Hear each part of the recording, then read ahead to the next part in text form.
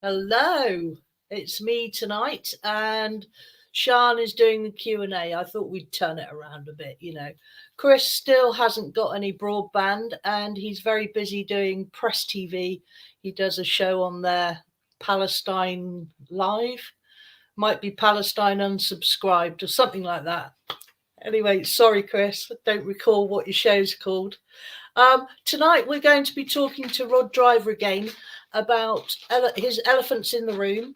It's his blog, and I'm sure that Gaz will be putting the link up any minute now, or Sharm will. So tonight we're going to be talking about the war industry across the world. We know ourselves how much we rely on the income. Well, we think we rely on the income from selling weapons to any available, people that want to shoot other people and kill them, or bomb them, or chemical weapon them. So tonight we're going to be talking about the history of the war industry and what it means today in Ukraine. So can we bring Rod in, please? Lizzie, Rod's just lost audio, so he's just logging out and logging back in. We've lost Rod. Right, okay. So it's just me then.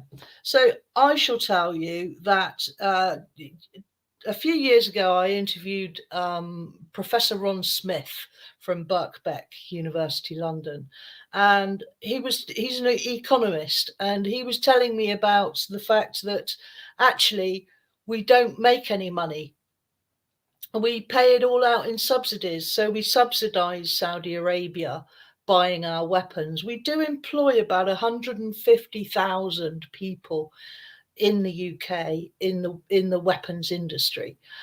So when you think of the population of the country is 67 million or thereabouts, 150,000 people being employed total in the weapons industry in the UK. So that's not a lot of people that are earning a living from it. Plus, they're all on 0-hour contracts, and they're all working as hard as they can just to keep their head above water. So they're not profiting from it. So who is profiting from it? Well, nobody really. Well, just the war manufacturers, so the shareholders of the companies that make the weapons. So the workers in those places aren't making any money. The country isn't getting any tax money because we heavily subsidize the weapons industry. We also pay the insurance for the transportation of the weapons. So it's quite scary, really, that we are in bed with Saudi Arabia specifically, as was the case with that Professor Ron Smith was discussing, was that we are totally beholden to Saudi Arabia because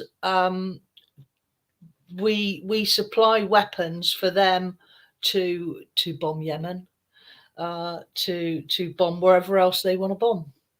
And now, how many of our weapons are in the Ukraine? How many do you reckon? Looks like we've got Rod back. Hello, sorry about that. That's all right. I was just telling the audience about Professor Ron Smith, who's an economist, who said that we don't actually make any money out of the weapons. We just like to create weapons, and we like to bomb people.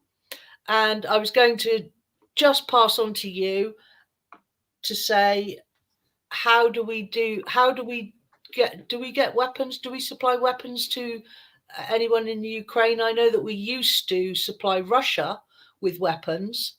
We do supply the Ukraine, so we'll come to Ukraine at the end. I think that's a good way of sort of rounding up to tonight's presentation. So shall I make a start? Yes, please. Okay, so tonight we're talking. Go ahead. Tonight we're talking about the global weapons trade, and that's particularly relevant at the moment as weapons are pouring into Ukraine, fueling the war there. So most of what I'm going to talk about is a sort of general overview, and then we'll do Ukraine at the end. So there's two things that we're going to talk about. One is the sort of total expenditure of weapons, and then there's the international trade. And we're going to look at the different groups of reasons why it is so large and why it is so corrupt, criminal, and unethical. So the total expenditure all over the world on weapons is estimated to be approximately 1.8 trillion US dollars. So it is an absolutely enormous industry, one of the largest in the world. Now, of that expenditure, approximately 1/3 of that is spent by the United States. It is easily the biggest spender on its military, far, far higher than any other country.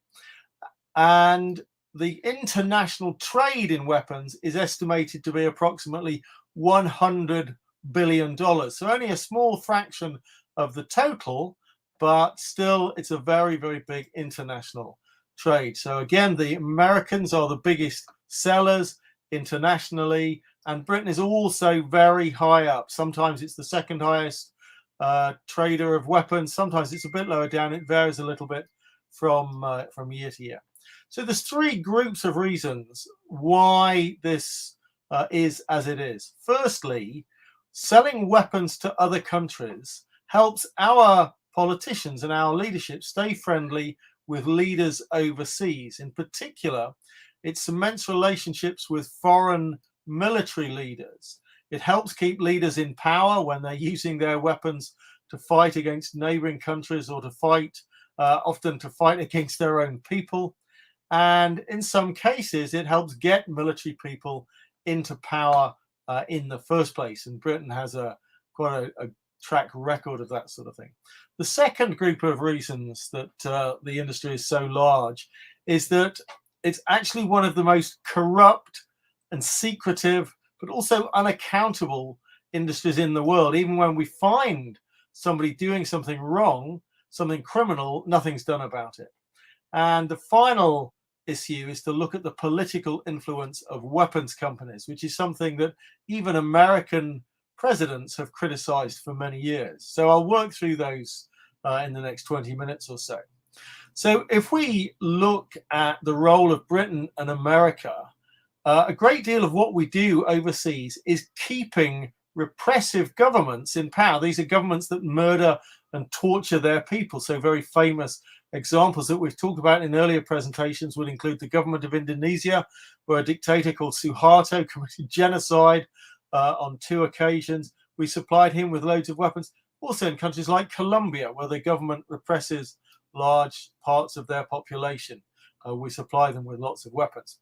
So in fact, there was a British study in 2006 carried out by one of the weapons NGOs, the non-government organizations that analyze the weapons industry and campaign against it. And under British law, we have a concept which is known as countries of concern. So this is governments that are currently repressing their populations or fighting against other countries. And under our own laws, we're not supposed to sell weapons to countries of concern. So this would include countries like Egypt and Nigeria at different points in time. Well, in that 2006 study, it turned out that Britain was selling weapons to 19 out of 20 countries of concern at the time. And more recent research has shown that this is still very much the case, that we pretty much ignore our own laws. Now, we're very lucky in the UK that we have one of the leading experts on the weapons trade living here. He's a man named Andrew Feinstein, who used to be part of the South African government. And he says that he has never come across a weapons deal that is not somewhat illegal.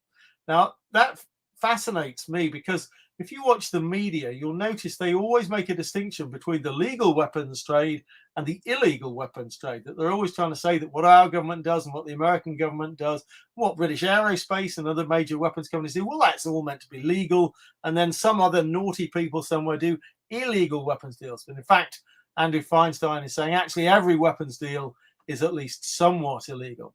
Now, in order to cover up the criminality of these weapons deals, what we do is we send them via other countries or islands. So it can be the Cayman Islands, it can be the Channel Islands, it can be places that have no militaries.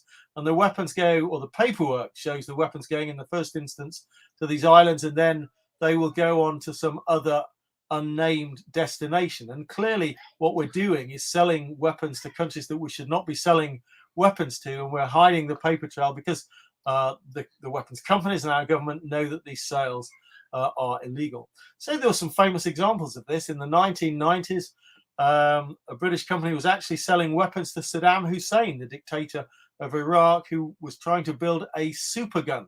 And this did actually make the mainstream press, one of those rare occasions when the mainstream press actually picked up on the criminality of British weapons companies. And then in America, perhaps even more famously, in the 1980s, they had what was called the Iran-Contra affair, which involved very senior people in the American government. And they set up a network of fake companies, offshore accounts, and they sold weapons to the Iranian government. And then they used the money then to fund the group of people in Nicaragua called the Contras. So these were basically terrorists who were trying to overthrow the government there.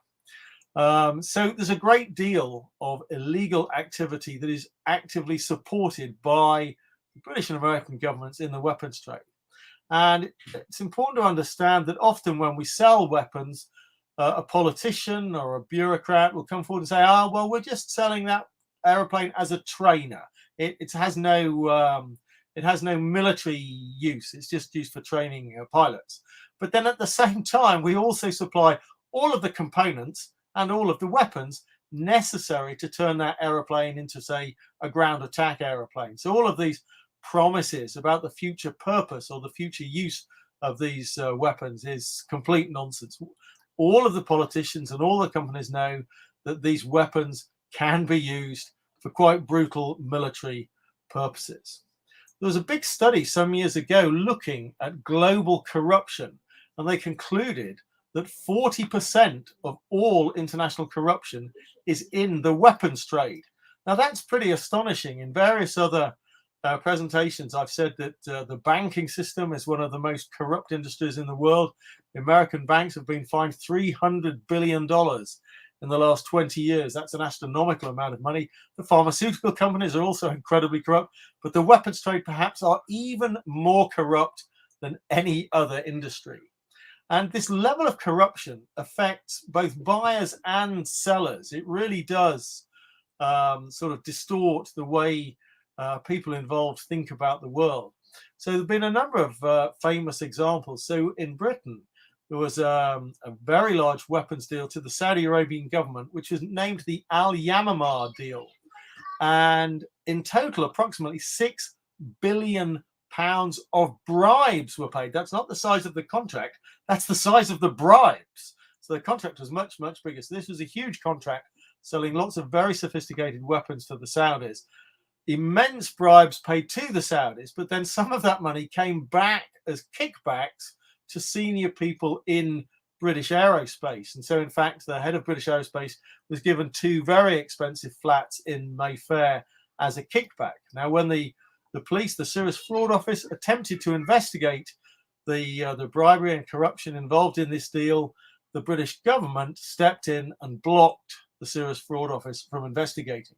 So it becomes very clear that this is not sort of companies acting kind of independently and hoping they'll get away with it. This is companies acting with the active support of the British, American, French, and other governments in advanced nations in committing extraordinary levels of crime. So Andrew Feinstein also studied a major arms deal between Britain and the South African government, which is called the ANC, the African National Congress, of which he was a part. And in that deal, it's a smaller deal than the Saudi one, but there were bribes of approximately £300 million paid to people in South Africa to sort of lubricate that deal. And Andy talks in detail about this case, and he does presentations on the internet if anyone's interested, where he goes into a lot of detail. But in this particular case, the Queen, the British Queen, actually invited the 6 South African ministers who were responsible for weapons purchases to dine with her aboard her yacht as a kind of a small form of bribery to help the weapons deal go through. So it becomes quite clear that our politicians and even our royalty are actively part of the weapons trade, and they are actually part of a highly corrupt weapons trade. Now, after this ANC deal went through, so South Africa ended up with loads of weapons. This included military jets that have never flown. They've never had the pilots. They don't actually have any serious enemies to use these weapons against. There was never any need to buy all of these weapons. And lots of people in South Africa were saying, why are we buying all these weapons? We don't really need them. And so there have been lots and lots of attempted prosecutions of the leader at the time in South Africa, Zuma, but in total 700 prosecutions, but all of them were dropped. And Andrew points out that the ANC has been engulfed in corruption ever since. And it was investigated over here, but all that happened was that British Aerospace received what for them is a tiny fine of £500,000, which is clearly not enough to deter them from getting involved in very, very corrupt deals in the future.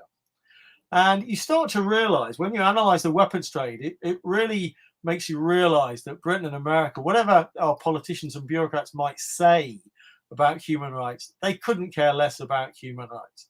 So America and Britain quite actively try to avoid international conventions or treaties which would limit their ability to sell weapons. So, for example, lots of people a few years ago tried to stop international sales of landmines. Well, Britain wanted to carry on selling landmines, so it just relabeled them as cluster munitions, and it was selling to Saudi Arabia, selling cluster munitions as recently as 2016. So what happens is that Britain and America don't ratify international treaties, or they find loopholes or clever use of words to pretend that the treaty does not apply to any particular deal. Okay, so the final area that I'm going to focus on is the relationship between the weapons companies and the government. And in fact, there was a famous statement by the US President Eisenhower back in 1961, who said, "We have been compelled to create a permanent armaments industry of vast proportion. We must not fail to comprehend its grave implication. In councils of government, we must guard against the acquisition of unwarranted influence by the military-industrial complex." Now, that was 60 years ago, but in fact, the military-industrial complex, which means a very close relationship between the military, the creation of weapons, and government policymaking, is what we now have but especially in America, but also in Britain, unfortunately. Various studies have been carried out, especially in America. Approximately a quarter of American senators and Congress people have shares in weapons companies. And then there's a huge revolving door between the American military and weapons companies. And fairly recently, one study found that 84% of US generals went to work for weapons companies when they retired. So 5 generals out of 6, when they retired, they go to work for weapons companies. But in fact, the revolving door also works in the other direction. So lots of senior government officials actually come from weapons companies. And of course, their role once they're a government official is to influence policy. And as we've seen in the last 20 years and before that, America is a very war-prone country. And these are not accidents. It's because they understand that many of their most powerful lobby groups, and this includes the weapons companies, will benefit from war. And one researcher actually said it's impossible to tell whether government ends and Lockheed begins. So Lockheed is one of the biggest American weapons companies. So in fact, what you find is that people end up with almost simultaneous roles. They're advising government, but they're also working for these weapons companies. And then if you look at the UK, we had the situation where the former Prime Minister, Tony Blair, was actively involved on a personal level in selling weapons to India, Saudi Arabia, and Zimbabwe. And so again, it's impossible to separate his role as a weapons company salesman from his role in government. Now, this influence has all sorts of sort of strange outcomes.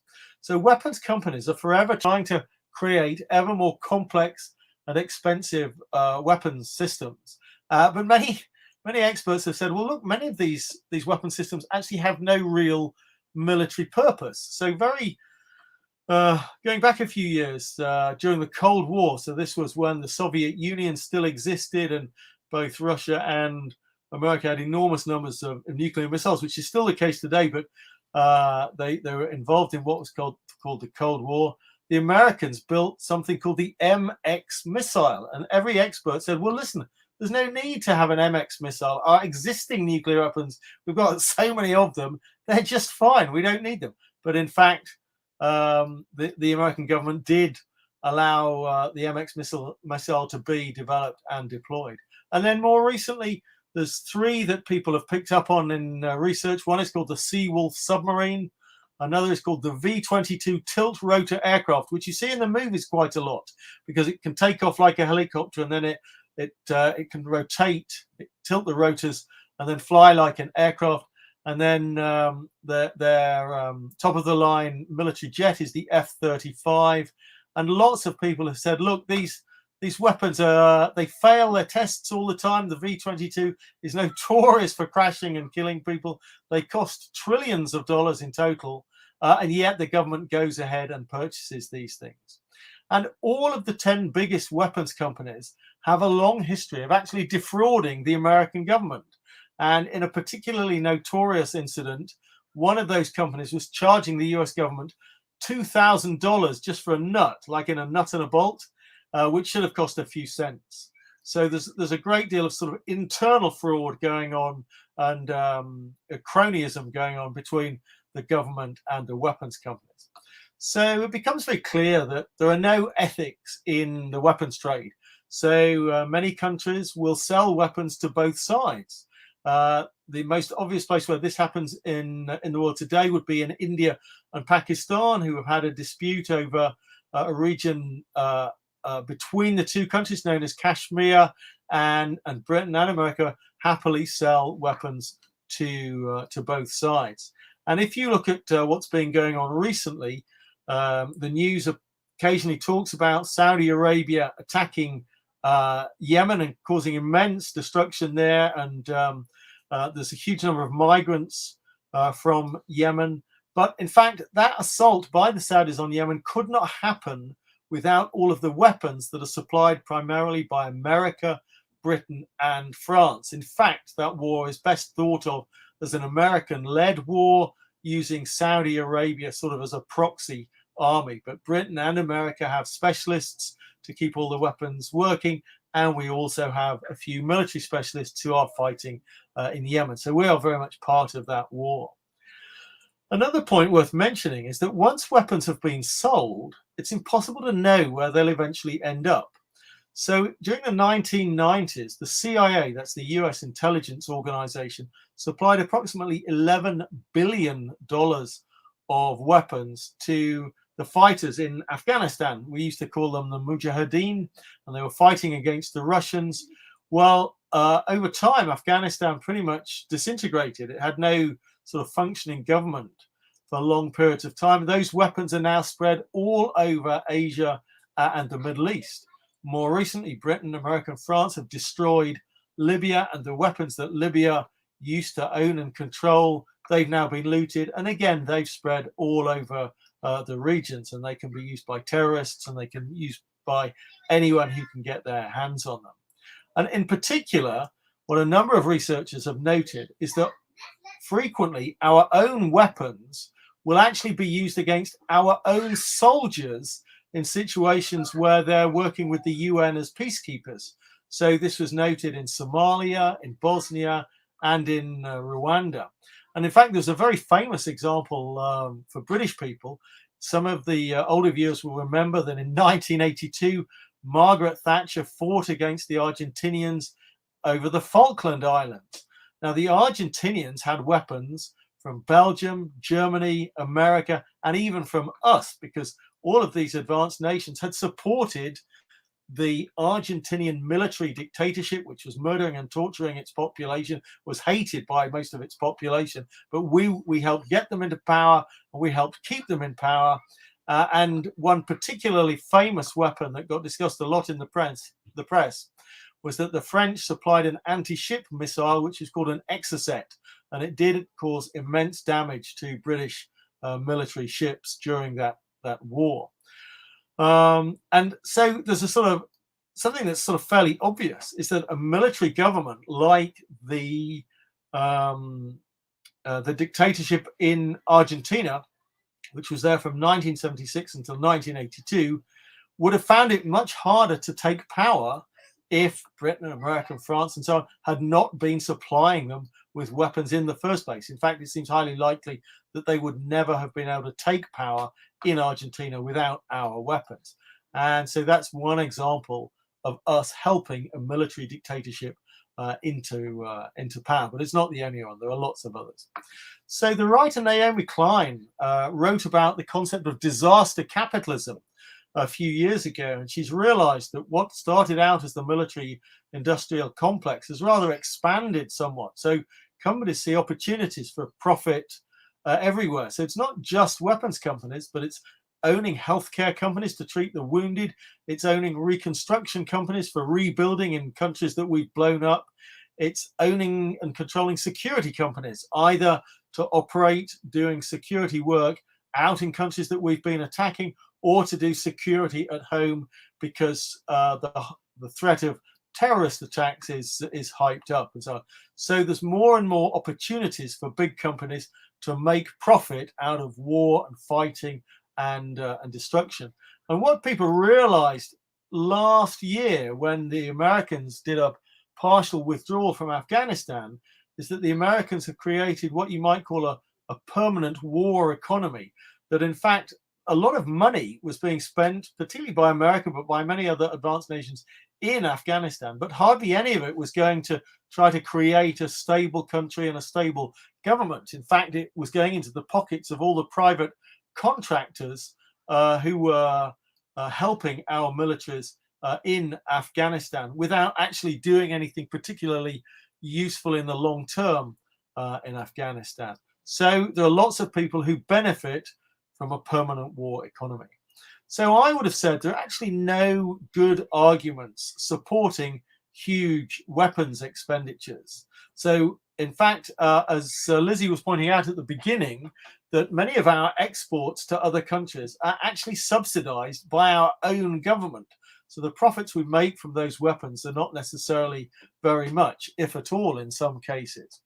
But we can't know if a country that we supply weapons to now is going to be our ally in the future. So who knows what's going to happen in many of the countries that we've been selling weapons to. So in the past, we sold weapons to Iraq and Saddam Hussein, and then we invade Iraq and destroy the country and so on. And so these weapons end up getting used all over the place. Now, I'm perfectly happy with people to make the argument that if we have a military at all, we should have the best, ideally defensive weapons that we can possibly get our hands on. But in the case of Britain, in fact, Britain and America don't really do defense. We only do offense. So although we use terms like the Department of Defense and the defense industry, in fact, it really should be the offense industry and the Department of Offense. It used to be called the War Office, which is what it is. So there's no evidence that anyone is likely to attack either Britain or the United States in the foreseeable future. These weapons that we have only really exist to enable us to attack other countries. Now, every now and again, I discuss these things with other people and they say, yeah, but aren't wars good for technology development? And there is some truth in that. You know, the technology of aeroplanes really leapt forward during World War I and World War II. So that is definitely true. But I think actually we can probably find ways to fund research without actually having to fight lots of wars. So I'm not sure that, again, that's a convincing argument. So if we just bring this right up to date, looking very briefly at what's been going on in Ukraine, there's some very good researchers at a website that I've mentioned before called Declassified UK, and they've written a recent article explaining that very sophisticated British anti-tank weapons have been seen being used by the soldiers in Ukraine. And America also, for some years now, has been supplying very sophisticated anti-tank weapons and other missiles. So some people will have heard of the term Stinger missile and so on. These are very sophisticated anti-aircraft weapons. So Britain and America are actively fueling the war in Ukraine by supplying lots of weapons to the region. And as we've mentioned in previous presentations, what we should be aiming to do is to persuade everyone to sit down around a negotiating table and come up with a peaceful solution in Ukraine. And for the West to supply weapons to the Ukrainians is only going to increase the intensity of the fighting. It's going to make it last longer. It's going to be more brutal. More people are going to die and so on. So supplying weapons is the last thing that anybody should be doing in that conflict. Okay, so that's probably quite a good opportunity to open up for some discussion. Is there anyone else still in the room? Yes, we're all still here. We were just engrossed in what you were saying. There are lots of questions which we should get to in a bit. First of all, Jeremy Corbyn has always said, war always ends with discussions of peace. Why don't we start wars with discussions of peace instead? Absolutely. I mean, it just makes so much sense, doesn't it?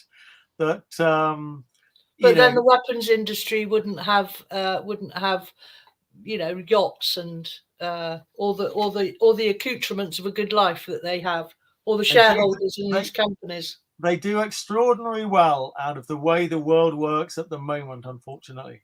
Yeah.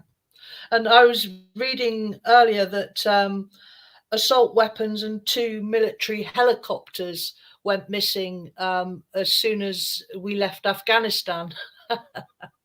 So I don't know where they are, but they're in Afghanistan somewhere being used by somebody. And what made me giggle really was the Ukrainian tractors nicking all the tanks. I've missed this. You'll have to explain it to me. I've missed this about the Ukrainian tractors. Well, the Ukrainian tractors, the farmers, apparently the Russians went in and most of their equipment wasn't really very good. So it didn't work and things like this. So they had to get towed by tractors. And then once in a while, the farmer would take the tank off to his farm.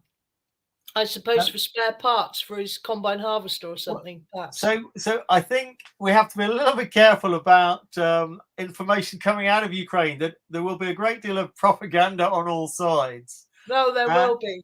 But in terms of the weapons, it's worth mentioning this. In terms of people saying, oh, Russian weaponry is kind of old and unreliable and breaks down, blah, blah, blah.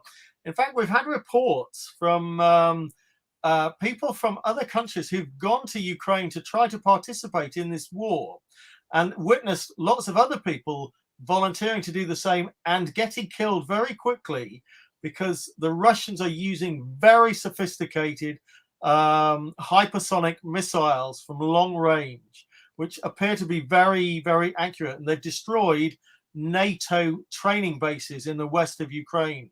So I think we should take any claims about Russian tanks breaking down and being towed by tractors with a pinch of salt. I didn't mention drones and missile attacks specifically because I think that the technology has moved on so much from tanks that really the tanks that are in service still are from the Cold War times or the Second World War even perhaps. So, and there was one hilarious picture of a tank that had been overturned in the middle of a road, and the meme it said that the tanks are pretending to be dead. so that so the drones don't notice them. So, right, well, I think there are a lot of questions, but I think most of them are you've covered already. Shall we bring Sian in? Have we got any questions that you've noticed? Hi, yeah, just a bit of housekeeping before we go to some of the questions.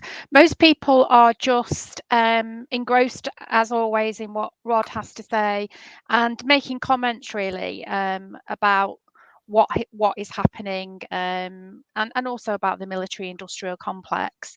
Being it's a capitalist construct, isn't it? It's all about making money, you know, making profit off the backs of war, which we know always affects the most vulnerable and the poorest people in the countries that this is happening in, which is, well, there's just no words for it. It's just disgusting. It is. So just a bit of housekeeping. We've not got many likes on the page, so it does really help with our algorithms. If you can't afford to make a donation to us to help us expand our channel and to keep going, then you can just share this. It's brilliant if you can share what we do. If you can hit that thumbs up, that like button, that will help the algorithms on YouTube to show our channel to more people. So please hit the like button. If you're new here, please consider subscribing to us. It means the world to us to be able to get out our information to people. You know, we're not the mainstream media. We are trying to help people and educate people in a balanced manner. That's what we do here, not like the BBC or the other mainstream media channels. So thank you to everybody who's joined us this evening. Please do share it with your friends and your family. You never know, people might learn something.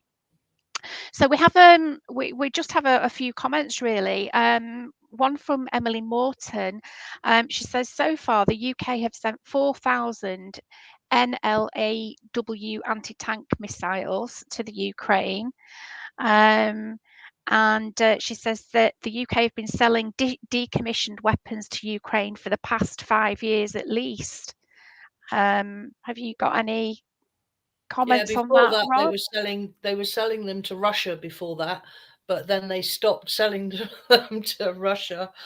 So the NLAW are the very modern anti-tank weapons that I was talking about. So they're the ones that were identified by the people at Declassified UK as the ones that we've been supplying. And in fact, the whole thing about the weapons trade is a really international business. So one of the things that had concerned the Russians prior to the invasion was the fact that Turkey has been selling very sophisticated drones to the Ukrainians, and they have been used in eastern Ukraine. And one of the reasons that the Russians are fighting is because eastern Ukraine is a predominantly Russian-speaking territory, and so they're trying to protect the people in that region against quite brutal attacks by the extremists on the side of the Ukrainian government. And so you realize there's weapons being supplied by so many different countries, and it's partly about profit, and it's partly about this relationships between leaders in different countries trying to cement relationships. But I think there's something you said just when you came on, Sian, which is about how it's all about capitalism, it's all about profit. I think the weapons industry, along with things like the tobacco industry, are kind of shining examples of some of the worst aspects of capitalism. And you start to realize that although other industries are not quite the same as selling weapons that blow people up and kill people and maim people and so on, in fact, the profit motive, which is what shareholders are interested in, and the profits and executive pay, which is what the senior executives are interested in, is the same sort of principle in the weapons industry and the tobacco industry as it is in all other parts of the capitalist system. And so this is why the banks are so corrupt, and the pharmaceutical companies are so corrupt, and the mining companies are so corrupt, that actually there is nothing to stop them getting away with very unethical and frequently criminal behavior. And often, in all of these cases, they are assisted by very corrupt governments from advanced nations, our own government, the American government, the French, and so on.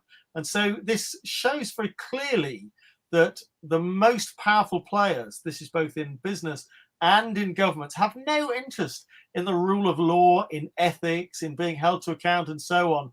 They are simply in it for profit and power, which is what all of these presentations are about. Yeah, definitely. Go on, Lizzie. I have a question from somebody on Unity News. The Department of Defence, it both sells the weapons and regulates the industry. Is that correct? I'd actually have to study whether the Department of Defence actually regulates the industry in any meaningful sense. So this is one of the problems, that we have what we call regulators in other industries, but in fact they don't properly regulate. They're essentially working on behalf of the companies. In the case of the Department of Defense, it probably is the case that the US government has rules against selling to specific overseas, specific countries. So that would include countries that are designated enemies of the United States. So that would be North Korea, Iran, quite possibly Russia, and I don't know what the relationship with China would be in terms of weapons sales and so on. I suspect that would be these days on a list that they couldn't sell to.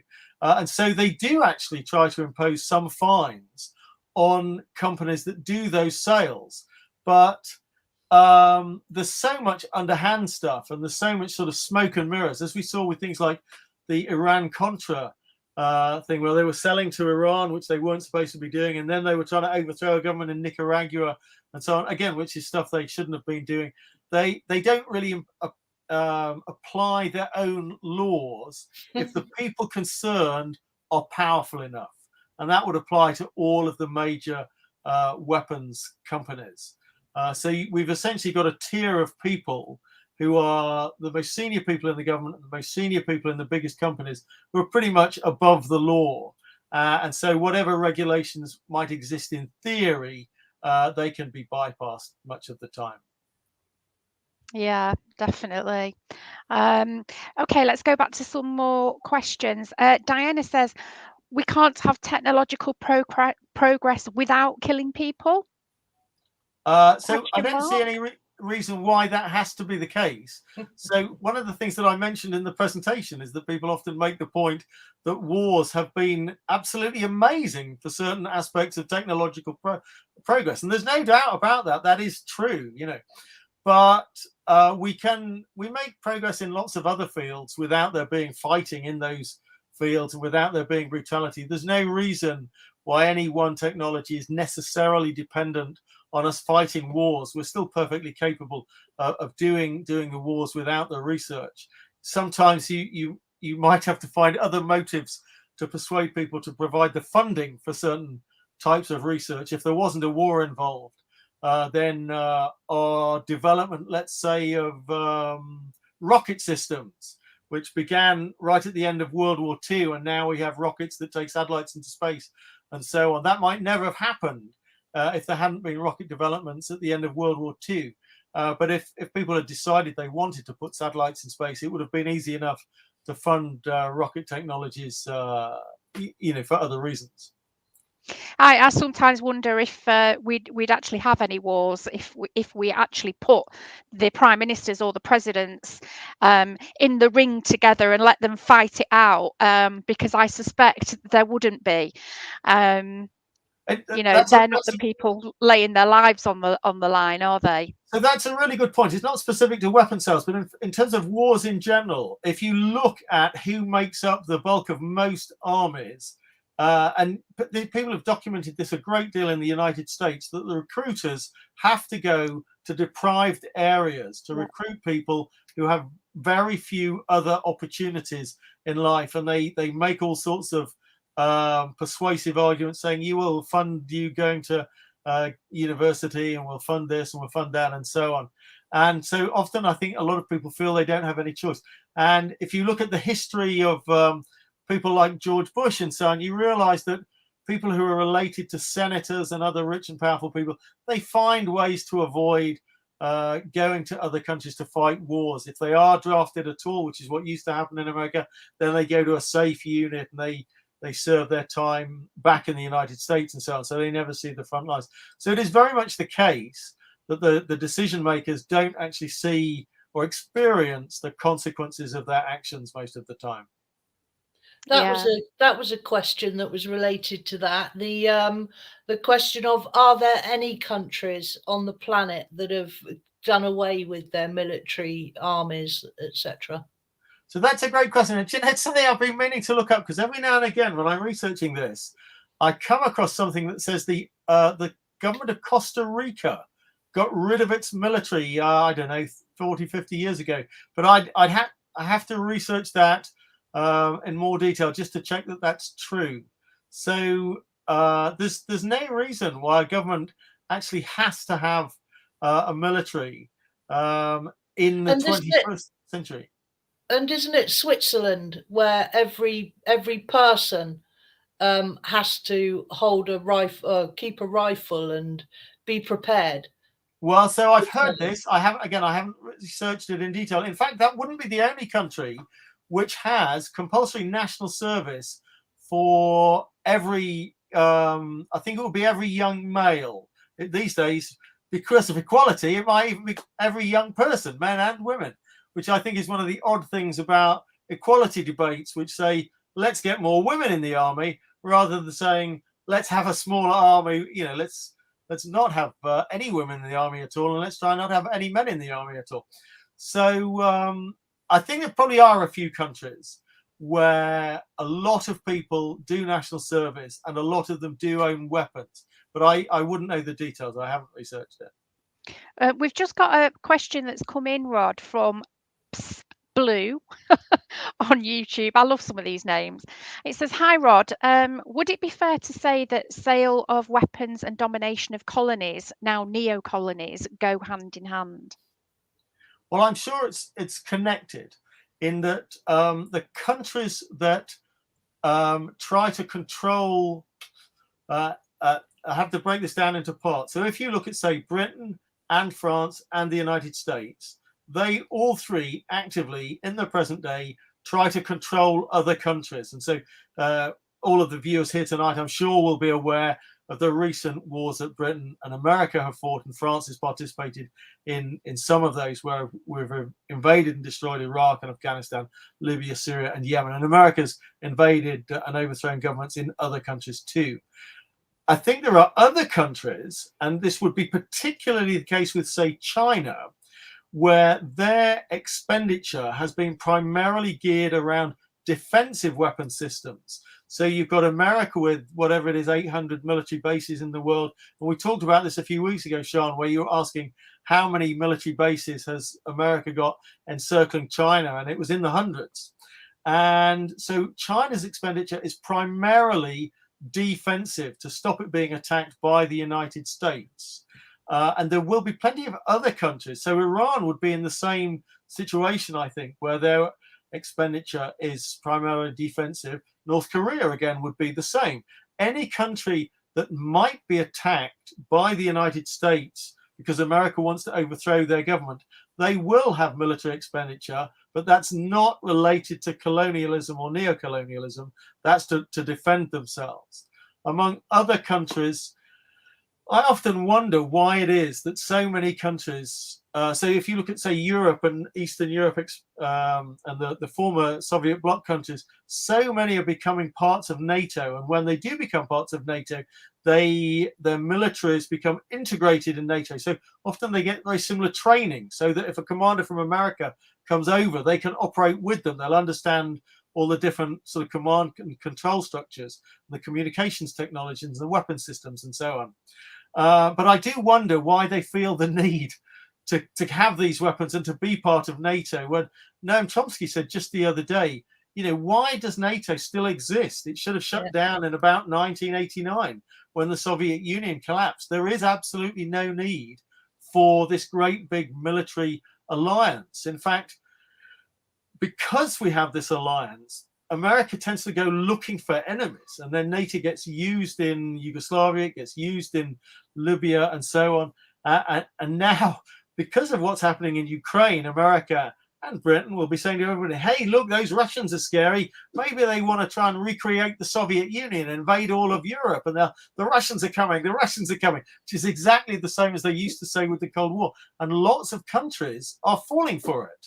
And they're saying, hey, we've got to increase our weapons expenditure. But in fact, it's probably, I suspect, that once things get sorted out in Ukraine, I think probably other countries are reasonably safe from attack. So to me, it always seems odd that governments still feel the need to spend so much on weapons. Yeah, nobody. Well, Sorry, go on. NATO's just a front for, I think, US expansionism and Western imperialism, isn't it? You know,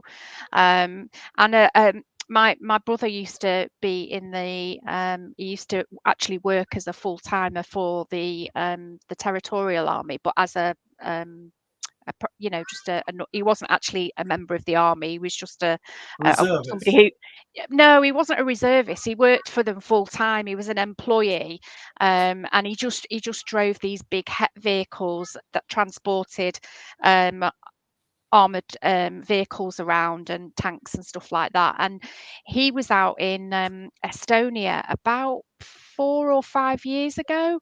There was a massive NATO exercise in Estonia, and that, you know, they're still there, NATO forces along the Estonian border.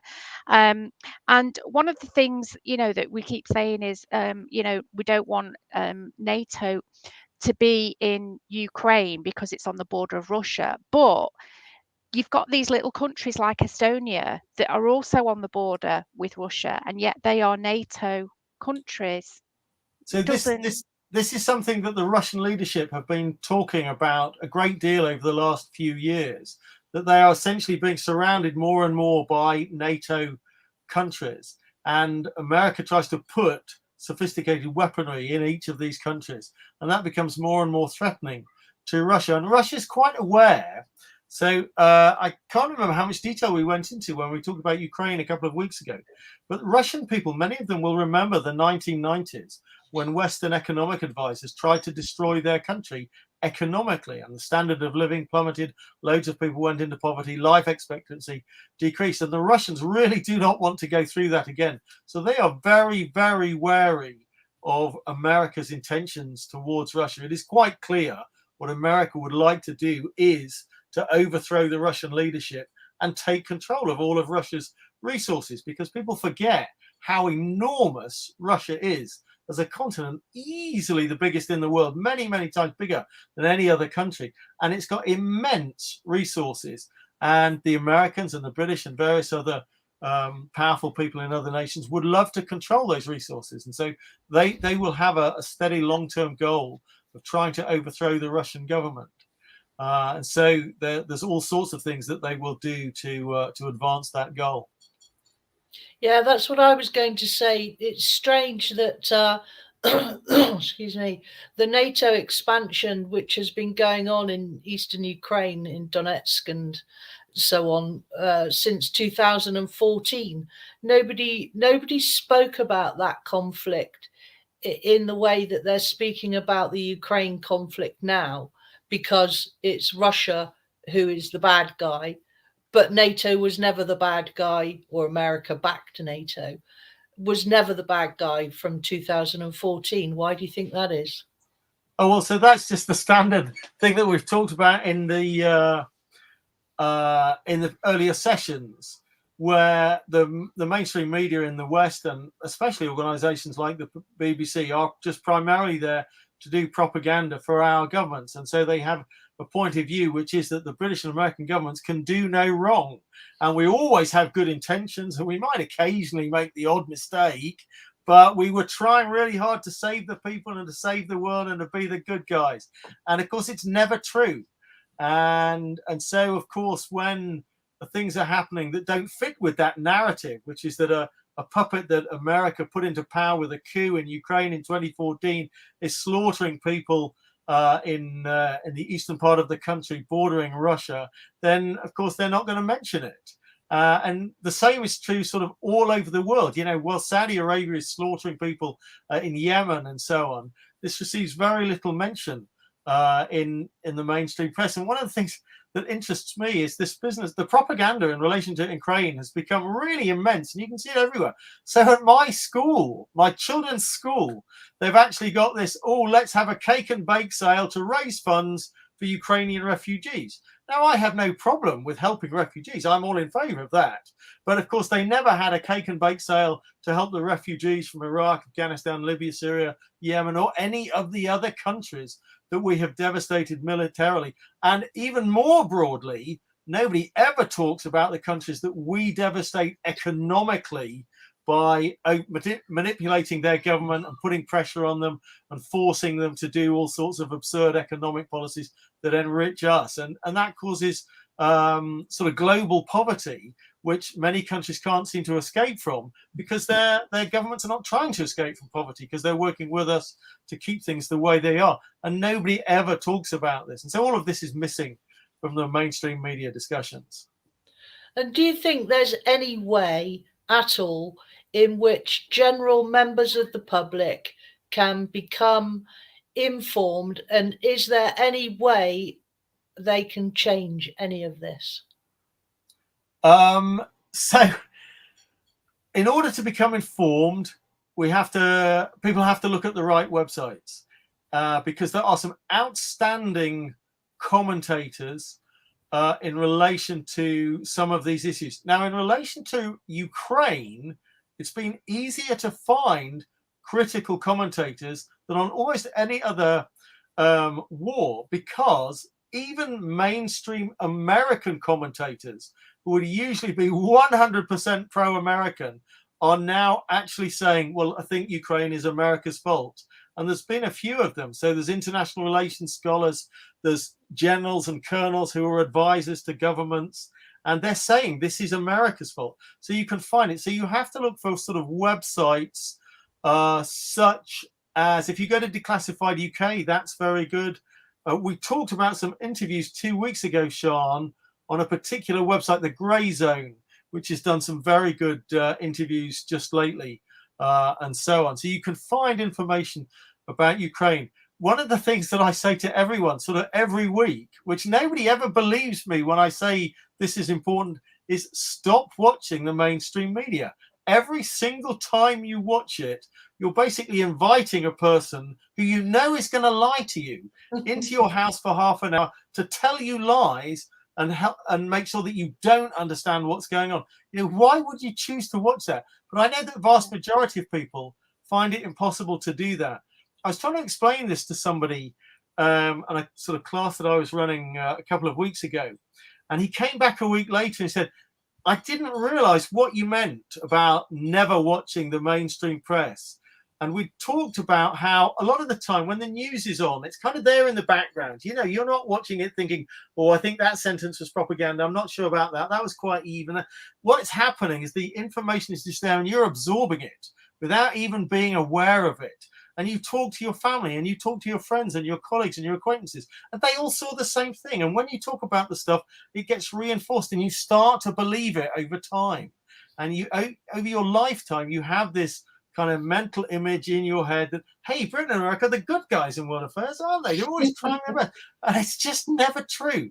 And you really do have to stop watching it altogether.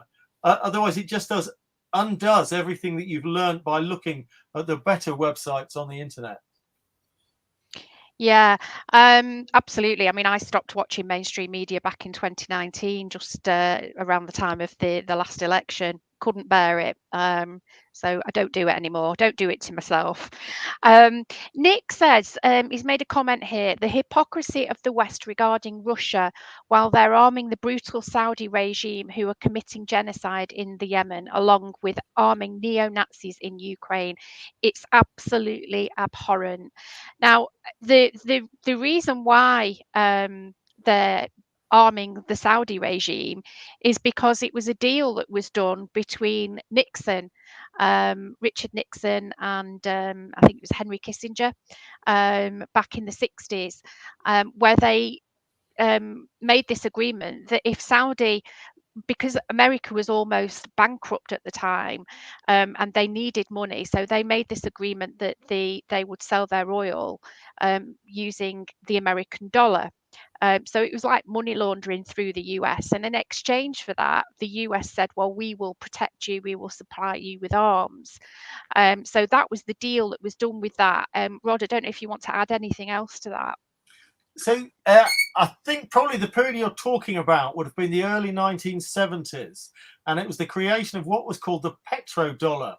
And if anybody wants to know about how the petrodollar system works and so on, the best economist I've come across, I've mentioned him occasionally before, is a guy called Michael Hudson.